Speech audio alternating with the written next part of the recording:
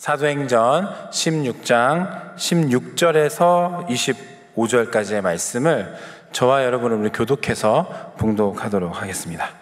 제가 먼저 봉독하겠습니다.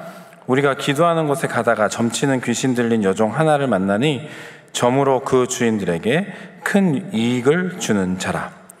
그가 바울과 우리를 따라와 소리 질러 이르되 이 사람들은 지극히 높은 하나님의 종으로서 구원의 길을 너희에게 전하는 자라 하며 이같이 여러 날을 하는지라. 바울이 심히 괴로워하여 돌이켜 그 귀신에게 이르되 예수 그리스도의 이름으로 내가 네게 명하노니 그에게서 나오라 하니 귀신이 즉시 나오니라. 여종의 주인들은 자기 속에 소망이 끊어진 것을 바울과 실라를 붙잡아 장터로 관리들에게 끌어갔다가 상관들 앞에 데리고 가서 말하되 이 사람들이 유대인인데 우리 성을 심히 요란하게 하여 로마 사람인 우리가 받지도 못하고 행하지도 못할 풍속을 전한다 하거든. 우리가 일제히 일어나 고발하니 상관들이 옷을 찢어 벗기고 매로 치라 하여 많이 친 후에 옥에 가두고 간소에게 명하 든든히 지키라 하니 그가 이러한 명령을 받아 그들을 깊은 옥에 가두고 그 발을 착고에 든든히 채웠더니 한밤중에 바울과 실라가 기도하고 하나님을 찬송하며 제수들이 듣더라. 아멘. 오늘 이제 주일이고 여러분들이 오늘 주일 예배에 오시기 전까지 아마 일주일의 삶을 살고 오늘 오셨을 것입니다.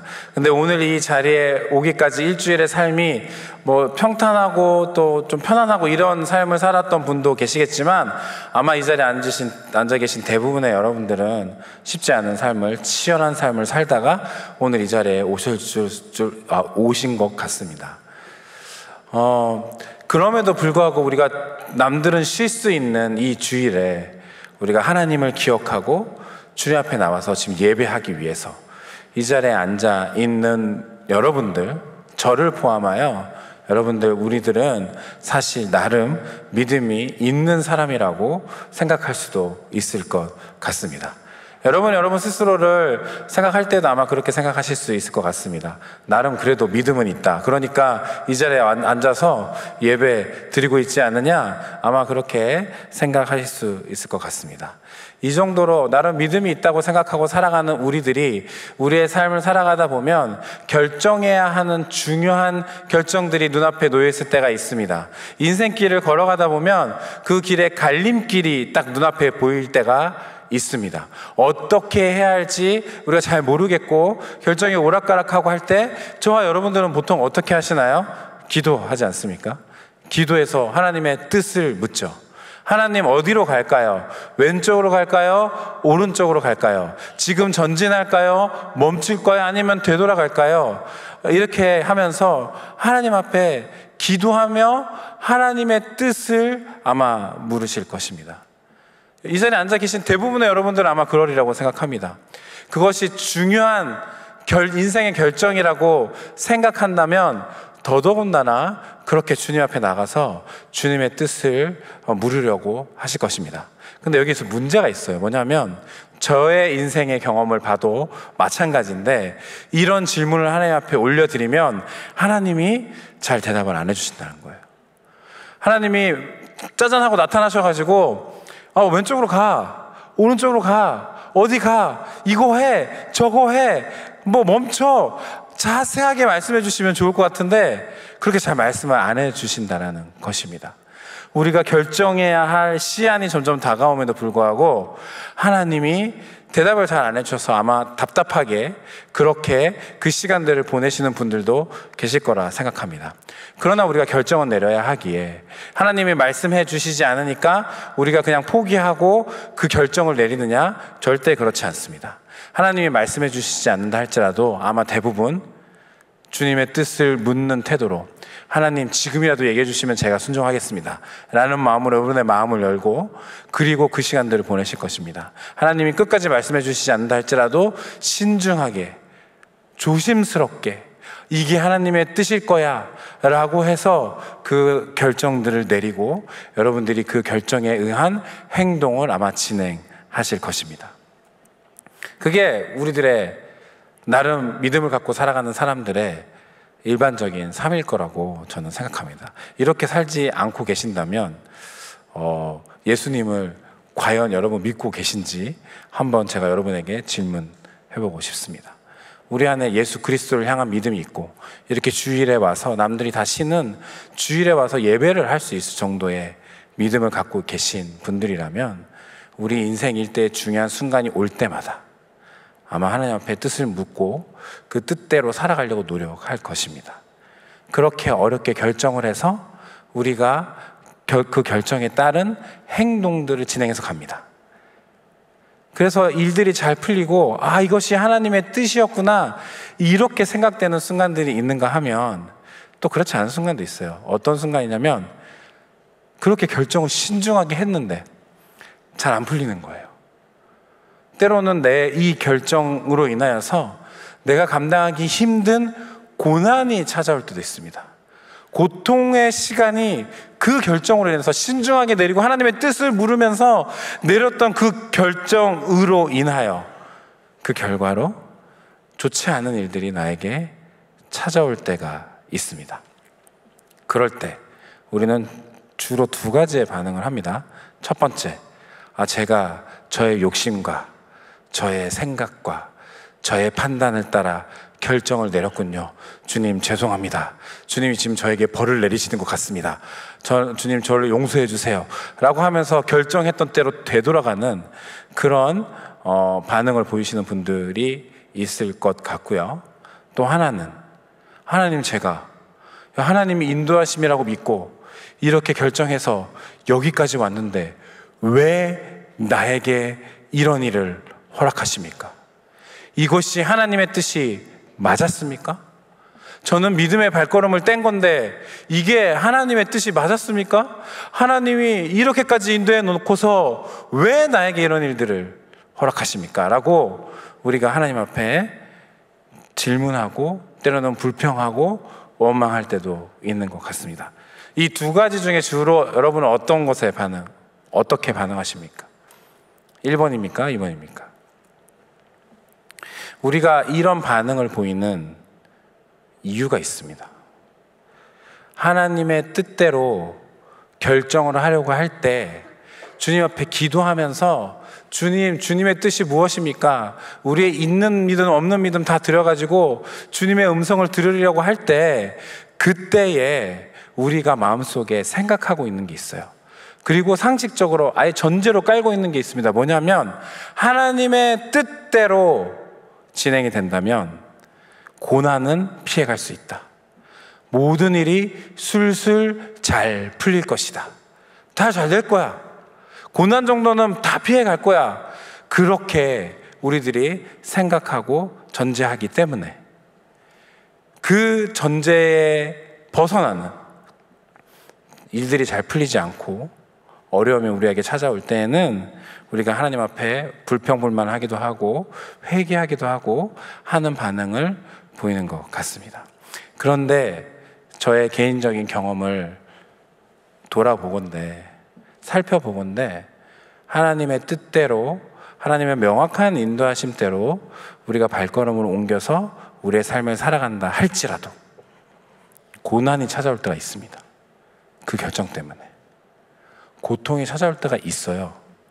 그 일들이 좋지 않은 결과로 진행될 때가 있습니다. 생각보다 많이 있어요. 여러분 어떠세요? 저는 그런 때가 너무 많이 있었던 것 같아요. 그런 일들이 벌어질 때마다 항상 질문했던 것 같습니다. 도대체 하나님 왜 이러십니까? 불평과 불만을 담아서 제가 지금 좋자고 하는 겁니까? 그게 아니라 하나님의 뜻대로 하고 싶다고 했는데 왜 하나님 이렇게 인도해 놓고서 결과가 이 모양 이 꼴입니까? 그렇게 제가 반응하는 것을 제 경험상 많이 발견할 수 있었습니다. 우리가 이런 상황들이 닥쳐왔을 때 어떻게 해야 할까요? 여러분 지금 하나님의 뜻대로 살아가려고 노력하고 애쓰고 계신 분들 계시죠? 지금 아니면 또 중요한 결정을 앞두고 계신 분들도 아마 계실 거예요. 주님 앞에 주님 어떻게 할까요? 말씀만 해주세요. 오늘 우리 해외 단기 선교 광고했잖아요. 그거 보면서 하나님 저기 말씀만 해주세요. 제가 갈게요. 두근거리는 가슴을 부여잡고 정말 하나님 말씀해 주시면 어떡하지? 이렇게 생각하면서도 그렇게 하면서 뭔가의 결정을 앞두고 하나님 앞에 뜻을 구하고 있으신 분들도 아마 계실 겁니다. 그리고 애쓰면서 어떻게 해서든지 그래도 좀 말씀을 지키면서 살아가려고 하나님의 뜻을 구하면서 저 하나님의 뜻에 순종하면서 살아가고 싶습니다 하면서 그렇게 어렵게 발걸음을 떼어서 인생길을 걸어가고 있는 여러분들이 아마 많이 계실 거예요. 그런데 결과가 좋지 않을 때 있잖아요. 그럼 어떻게 우리가 반응해야 할까요? 그럴 때 우리는 어떠한 모습으로 있어야 할까요? 그 질문을 갖고 계신 분들에게 오늘 말씀을 잘 들어보시라고 권면해 드리고 싶습니다. 오늘 말씀은 사도행전 16장입니다. 오늘 이 일이 있기 전에 어떤 일들이 있었냐면 사도 바울이 이제 바나바와 함께 안디옥 교회의 파송을 받아서 1차 전도여행을 떠납니다. 그 1차 전도여행을 돌았던 지역이 바로 갈라디아 지역이에요. 그래서 그 갈라디아 지역을 돌아다니면서 1차 전도여행을 통해서 교회들도 세우고 하나님이 바울에게 알려주신 그리고 바울이 발견한 그 주 예수 그리스도의 그 십자가 복음을 알려주면서 너희들 믿으면 구원받는다. 믿기만 하면 예수 그리스도를 통하여 생명을 선물로 받을 수 있다라고 그 놀라운 복음을 부활하신 예수 그리스도의 그 놀라운 복음을 1차 전도여행 동안에 목숨을 걸고 전합니다. 그리고 전도여행을 마치고 돌아와 있는데 예루살렘에 있는데 어떤 일이 벌어지냐면 그 갈라디아 지역에 있는 교회들에 거짓 교사가 들어가는 거예요. 거짓 교사가 들어가서 바울이 전했던 복음을 훼손하기 시작합니다. 너희들 믿기만 하면 되는 것이 아니라 율법도 지켜야 돼. 할례도 받아야 돼. 뭐 이런 얘기들을 하면서 교회를 흔들기 시작해요. 그리고 또 너희들 바울이 사도가 아닐 수도 있어. 그 사도성에 대해서도 의심하게 만드는 여러 가지 일들을 가르침들을 바울이 전하고 세웠던 그 갈라디아 지역에 있는 교회들에게 전하기 시작합니다. 그런데 그 이야기가 먹히는 거죠. 갈라디아 교회가 심하게 많이 흔들렸어요. 그래서 그 흔들리고 있는 교회를 향하여서 바울이 2차 전도여행을 나가는 겁니다. 바울은 2차 전도여행에 계획하고 있는 바가 있었어요. 자기가 1차 전도여행 때 그 전하고 세웠던 그 갈라디아 지역들 교회에 다시 방문하여서 다시 그 교회를 견고하게 만들고 양육하는 것이, 그 교회를 다시 세우는 것이 그 바울의 계획이었어요. 아니나 다를까 그 두 번째 2차 전도여행 때 함께하게 된 실라와 함께, 그리고 또 중간에는 디모데도 합류하고 누가도 합류하고 하면서 그 바울의 일행은 어디로 갔냐면 그 갈라디아 지역을 가게 됩니다. 갈라디아 지역으로 가요. 그리고 나서 2차 전도여행을 쭉 진행하고 있는데 무시아라는 지역에 이릅니다.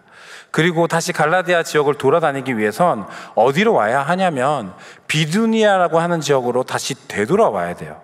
서쪽으로 가다가 되돌아와야 됩니다. 그런데 예수의 영이 허락지 않으시는 거예요. 성경에 있는 표현 그대로 그렇습니다. 하나님께서 허락하지 않으시는 거예요. 그래서 비두니아로 가는 것을 포기하고 다시 어디로 가게 되었냐면 드로아라는 지역으로 가게 되었습니다. 거기에서 바울이 환상을 보는 거예요.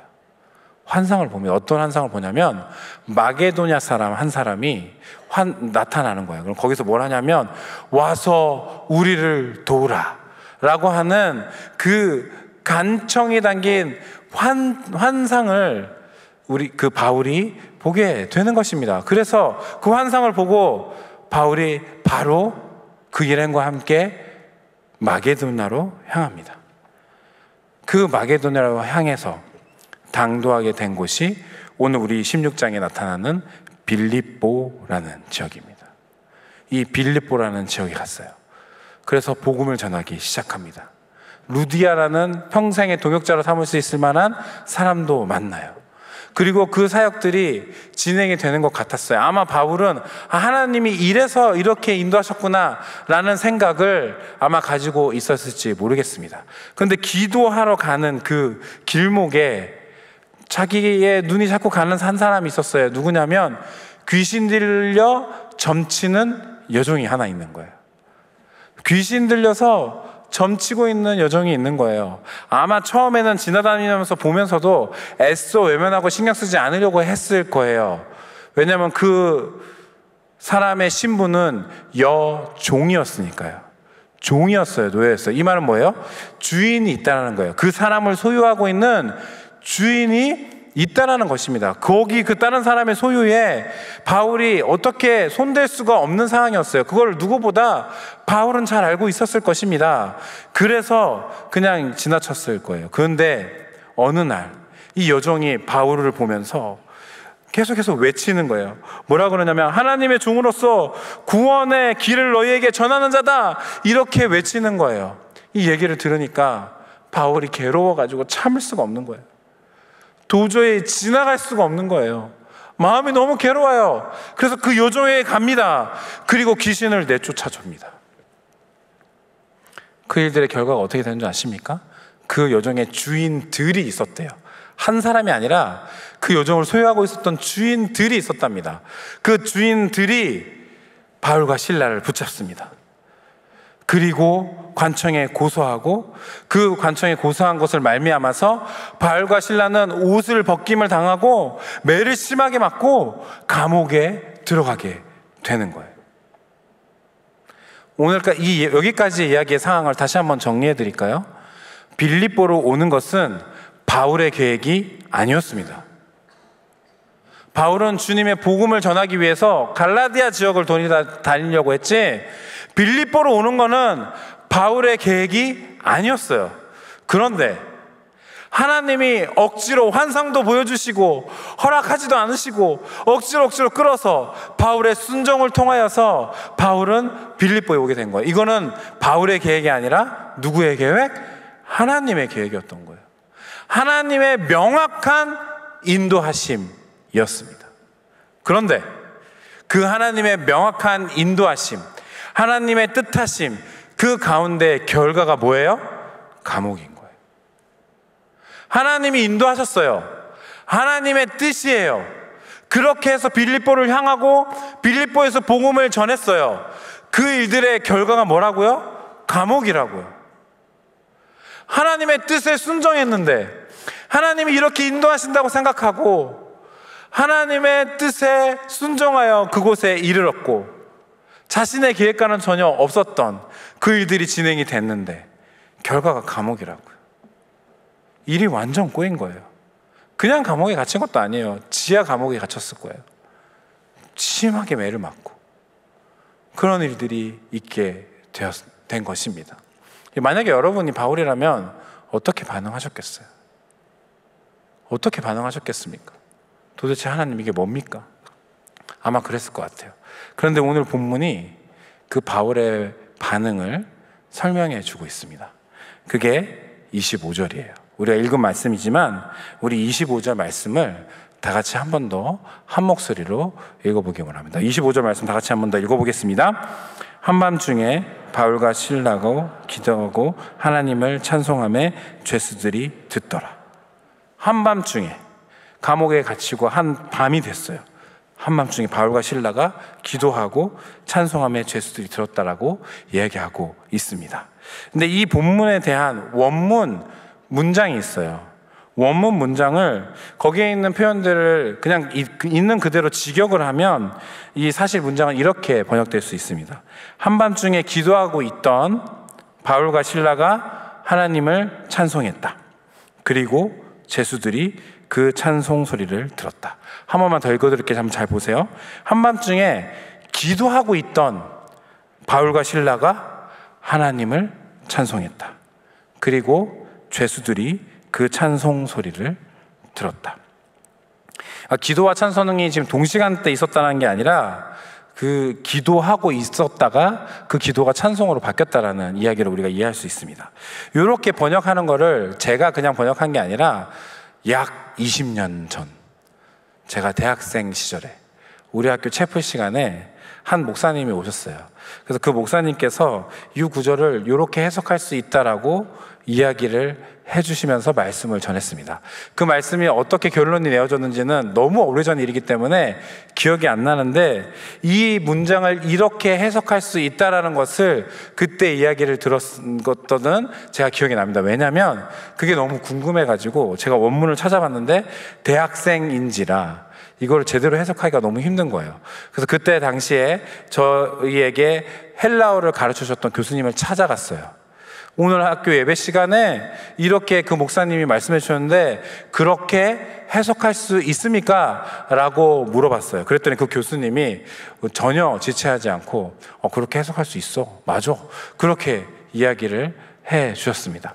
왜 그렇게 전혀 고민하지도 않으시고 대답을 해 주셨을까라고 나중에 그 사실을 알게 됐는데, 왜냐하면 그 채플 시간에 말씀을 전해주셨던 그 목사님의 헬라어 레슨 선생님이 있었어요. 그 선생님이 제가 물어봤던 그 교수님이었어요. 그래서 그 교수님이 내가 알려준 거야 마치 그런 것처럼 그 이야기를 하시는 것을 제가 들을 때가 있었습니다. 그러니까 그 이야기에 의하면 제가 지금 막 이상하게 번역을 하고 있는 것이 아니라 교수님의 확인을 거치고 해서 이 문장을 제대로 보면 우리가 알 수 있는 게 하나 있어요. 기도와 찬송이 동시간대 있었다라는 게 아니에요. 먼저 기도하고 있었어요. 근데 그 기도가 찬송으로 변한 거예요.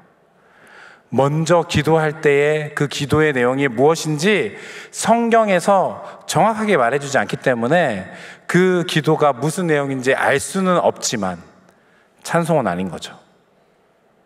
하나님을 찬양하는 내용은 확실히 아닌 거예요. 여러분, 바울도 사람이에요. 아마 하나님 앞에 질문하지 않았을까 싶어요. 하나님, 왜 인도하셨습니까? 왜 나를 여기에 오게 하셨습니까? 내가 지금 감옥에 있는데 왜 이 일들이 나에게 허락하셨습니까? 아마 그런 원망과 불평이 섞인 질문의 기도를 했을지도 모르겠습니다. 그렇게 기도하고 있었던 거예요. 근데 여러분, 이 사도행전을 누가 썼죠?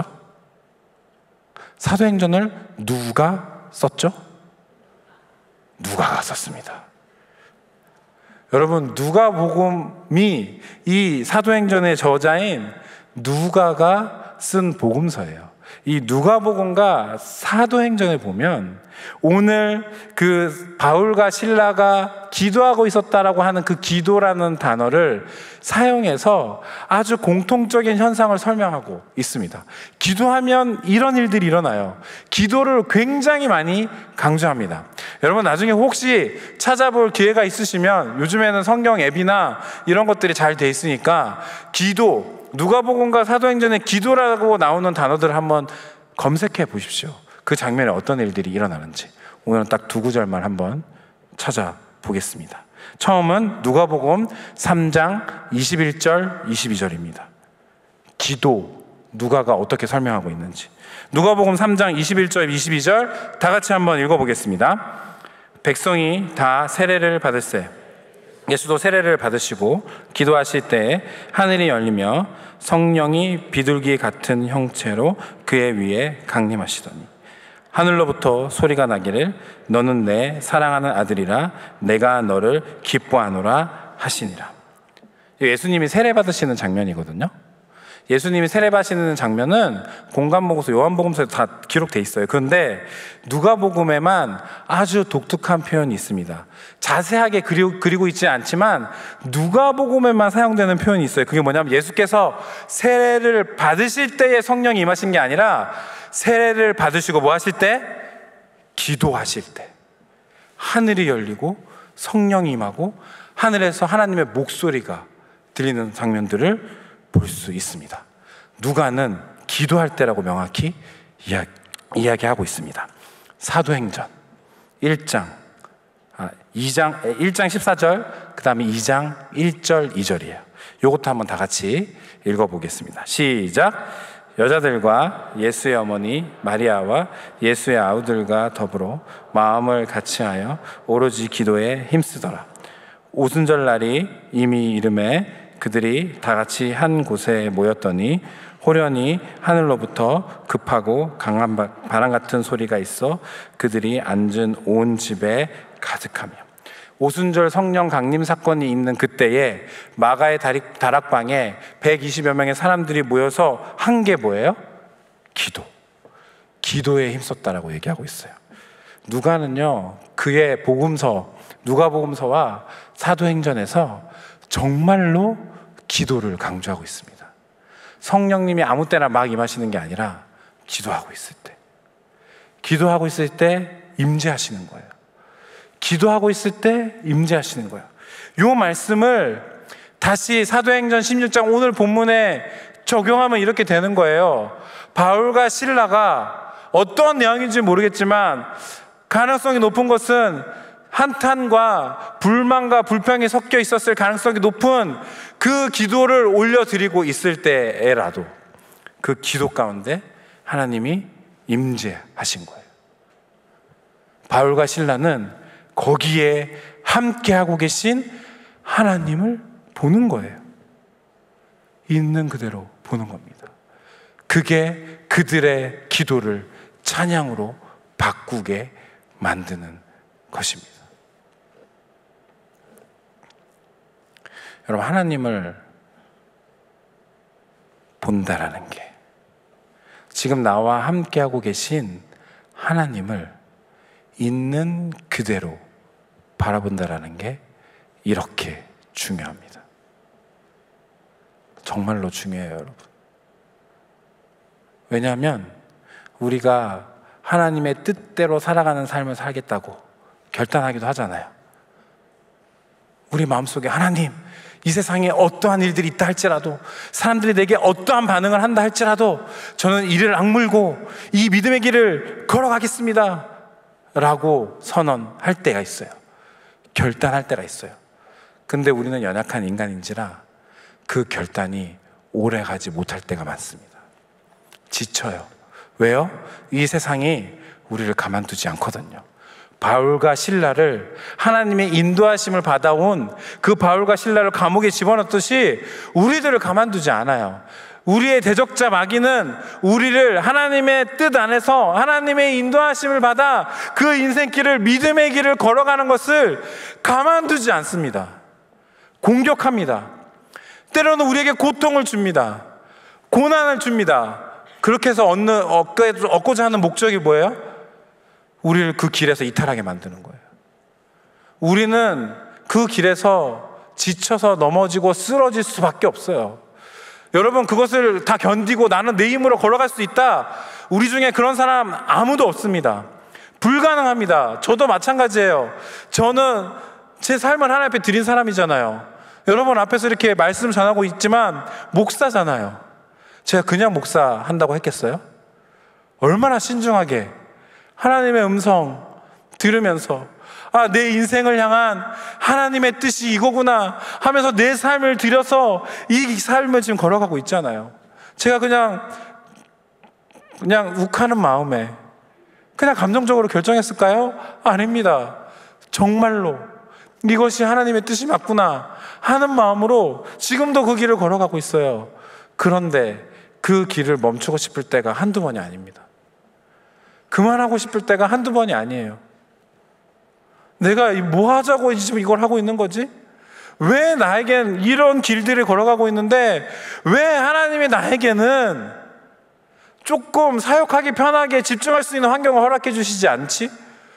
내가 뭐 부귀영화를 누리겠다는 것도 아닌데 왜 하나님은 나에게 최소한 살아갈 수 있는 여건조차 허락해 주지 않을 때가 많지? 왜 우리 가족들은 내가 이 길을 걸어가는 것 때문에 고난을 받아야 하지? 힘든 삶을 살아가야 하지? 왜 그들은 대가 지불을 해야 하지? 제 마음속에 그런 질문이 들 때가 많아요. 지쳐요. 힘들어요. 근데 제가 지금까지 걸어올 수 있었던 이유는 그 힘든 순간에도 나와 함께하고 계신 하나님을 바라볼 수 있었기 때문입니다. 제가 예전에 사역했던 교회 있습니다. 우리 교회 부흥회 때도 작년에였나요? 오셨던 이동원 목사님. 그 사랑 나눔 작년 이맘때쯤에 아마 오셨었던 것 같은데, 그 이동원 목사님이 은퇴하시던 시즌에 제가 그 교회에서 사역하고 있었어요. 저번에 우리 교회 왔을 때 같이 식사를 하면서 저 기억나세요? 그랬더니 기억 못 하시더라고요. 전혀 기억 못 하시더라고요. 옆에서 찬양 인도를 했는데도 기억 못 하십니다. 그런데 그분의 그 은퇴하는 예배가 있었어요. 은퇴 감사 예배. 그 은퇴하는 그 예배 가운데 그분이 사실 여러 가지 이야기들을 은퇴사로 할 수 있는데, 그분 딱 한 A4지 한 장에 적어온 게 있었어요. 그게 뭐냐면 회개 기도문이었어요. 제가 하나님 앞에 잘못한 것 6가지였는지 7가지였는지 기억은 안 나는데, 그것을 그냥 딱 읽고 하나님 죄송합니다 그러고 내려가셨어요. 그 교단에서 가장 큰 교회였습니다. 그리고 정말 한국 교회 안에 여러 가지 좋은 영향력들을 미치고 있었던 교회예요. 그리고 이동원 목사님 하면 당대 설교가로 굉장히 명성이 있었던 분이기도 합니다. 그런데 그런 분이 은퇴를 하시면서 하나님 앞에 회개 기도만 하시고 가셨어요. 그 시간이 끝나고 난 다음에 물어봤어요. 제가, 목사님 목회하시면서 가장 힘드셨던 게 뭐예요? 이렇게 물어봤어요. 어떻게 하다가 너무 멀리 계셨던 분이고, 저는 그냥 일개 찬양 사역자이고 전도사였는데, 그렇지만 제가 이렇게 어떻게 하다가 물어볼 수 있는 기회가 있었습니다. 그래서 물어봤더니 이동호 목사님이 그렇게 얘기하셨어요. 주님을 제대로 바라보지 못한 것 같아. 그렇게 얘기하시고 그냥 가셨어요. 이해가 안 되는 거예요. 뭐지? 이 말이 뭔 말이지? 주님을 제대로 바라보지 못하고 내가 사역한 것 같아 라고 한 거예요. 이게 뭔 말이지? 도저히 이해가 안 됐어요. 근데 요즘에 제가 그 말을 곱씹어 보는데 이해가 돼요. 무슨 말이냐면, 제가 지금 여러분 앞에 이렇게 설교하고 있잖아요. 말씀을 전하고 있어요. 근데 제가 이 말씀을 전하는 게, 말씀을 잘 전해서 대박이 나고 여러분들의 좋은 반응을 이끌어내고 제가 인정을 받는데 목적을 두고 설교를 하고 있다면, 저는 지금 주님을 바라보고 말씀을 전하는 게 아니에요. 오히려 그걸 가리고 있는 거지. 때로는 내가 해야 될 사역이 예수님을 있는 그대로 바라보지 못하게 만들 때가 있어요, 여러분. 여러분, 때로는 내가 갖고 있는 문제가, 어려움들이 예수님을, 나와 함께하고 계신 그 예수님을 그대로 바라보지 못하게 만들 때가 있어요. 때로는 내 안에 풍성함이, 내가 갖고 있는 좋은 것들이 예수님을 있는 그대로 바라보지 못하게 만들 때가 있다고요. 여러분 잘 아시겠지만 우리 집에는 4명의 아이들이 있습니다. 이제 초등학교 5학년, 3학년, 1학년, 아직 유치원, 이렇게 4명의 아이들이 있습니다. 제가 평소에는 아이들과 시간을 잘 보낼 기회들이 없기 때문에 시간들이 나면 같이 놀 수 있는 거리들을 좀 찾는데요. 그 중에 하나가 뭐냐면 같이 영화 보는 거예요. 애니메이션 같은 거 나오면, 최근에도 쿵푸 팬더 나오지 않았겠습니까? 전 그런 날을 기다립니다. 그래서 아이들과 이거 보러 가자, 우리 아내한테 허락을 받고, 그리고 이제 그 영화를 보러 가기로 합니다. 그런데 이제 영화는 여러분 잘 아시겠지만 예매를 딱 하면 딱 가야 되는 시간이 있어요. 그 시간을 놓치면 처음부터 못 보잖아요. 근데 영화는 인트로가 또 중요하잖아요. 그래서 그 인트로를 놓치지 않기 위해서 제 시간에 맞춰서 가려고 노력을 합니다. 근데 항상 반복되게 벌어지는 일들이 있어요. 제가 아이들을 바라보고 아이들 때문에 준비한 영화 보는 영화 관람의 시간이에요. 근데 아이들이 민기적민적거려요. 준비를 잘 안 해요. 옷 입으라 그러는데 입혀줄 때까지 옷을 안 입어요. 아직도 사람의 형상을 갖춰가고 있는 중이에요. 도대체 왜 이러는지 모르겠어요. 처음에는 빨리 준비해라, 빨리 준비해라, 그렇게 해요. 제가 아이들을 바라보면서 준비한 일이라니까요. 그런데 아이들이 준비를 잘 안 하고 시간이 임박해져 가고 하면 제가 어떻게 되는 줄 아세요? 제가 화가 나요. 제가 인생에 화낸 적이 별로 없거든요. 요즘에 많이 내고 있습니다. 화가 나요. 화가 나서 니네 영화 보러 가지 마! 그러고 막 애들을 막 울리기 시작합니다. 제가 막 뭐라 해요. 여러분 좀만 잘 생각해 보면 아이들을 바라보고 준비한 일이에요. 아이들 그럴 수 있죠. 아이들이 있는 모습 그대로 보고 바라보고 그냥 그렇게 진행하면 되는 거예요. 어차피 아이들을 위해서 만든 시간이었어요. 근데 이게 진행이 되다 보니까 어떻게 되냐면 아이들이 안 보여요.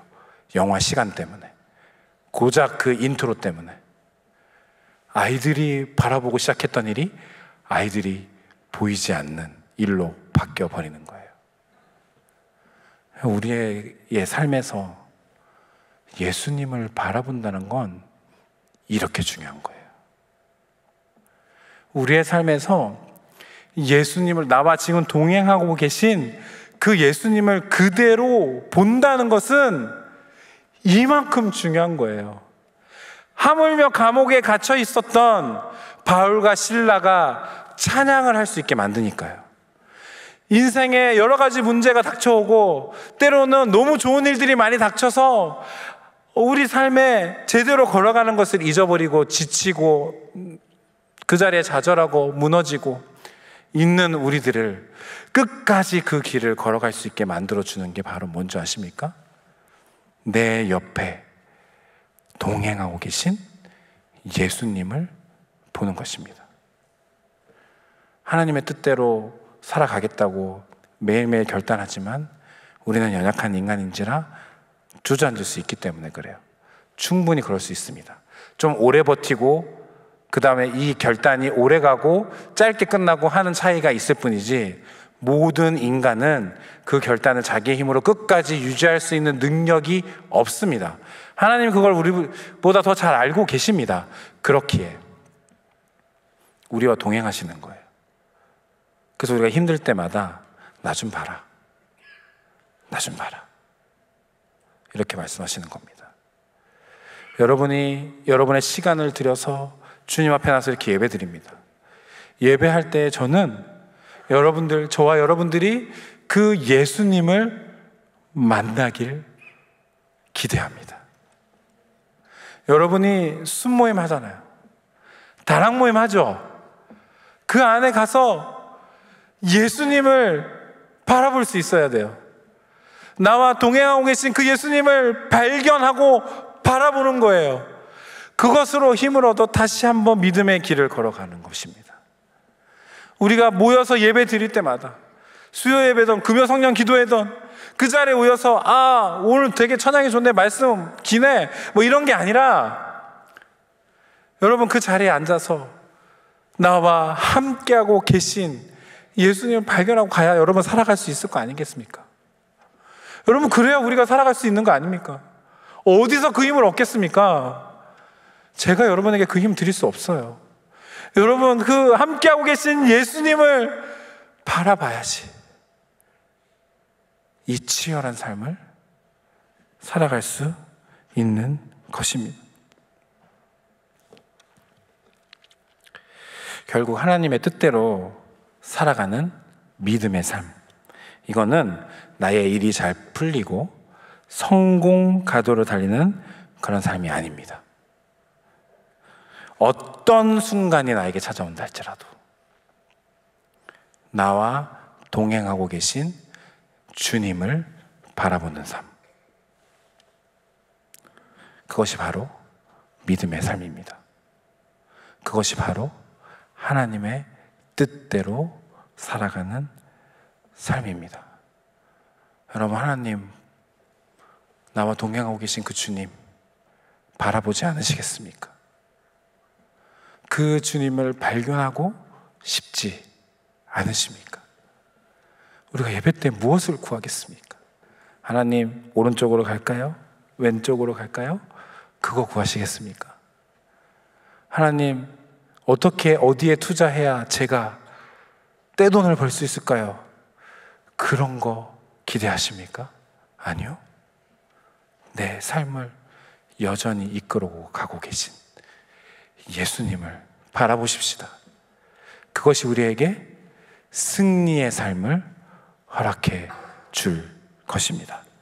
그렇게 승리함으로 살아가시는 저와 여러분이 되시길 주님의 이름으로 축복합니다.